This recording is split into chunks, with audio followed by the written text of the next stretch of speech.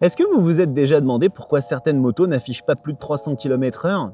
C'est en raison d'un scandale que cette moto a créé. Aujourd'hui les amis, je vais vous partager une anecdote sur la Suzuki Hayabusa qui a créé ce qu'on appelle le Gentleman's Agreement et qui a fait qu'aujourd'hui, beaucoup de motos n'affichent plus les 300 km/h. Vous ne le savez peut-être pas, mais la Suzuki Hayabusa, lorsqu'elle est sortie en 1999, avait un compteur de vitesse qui était gradué jusqu'à 350 km/h.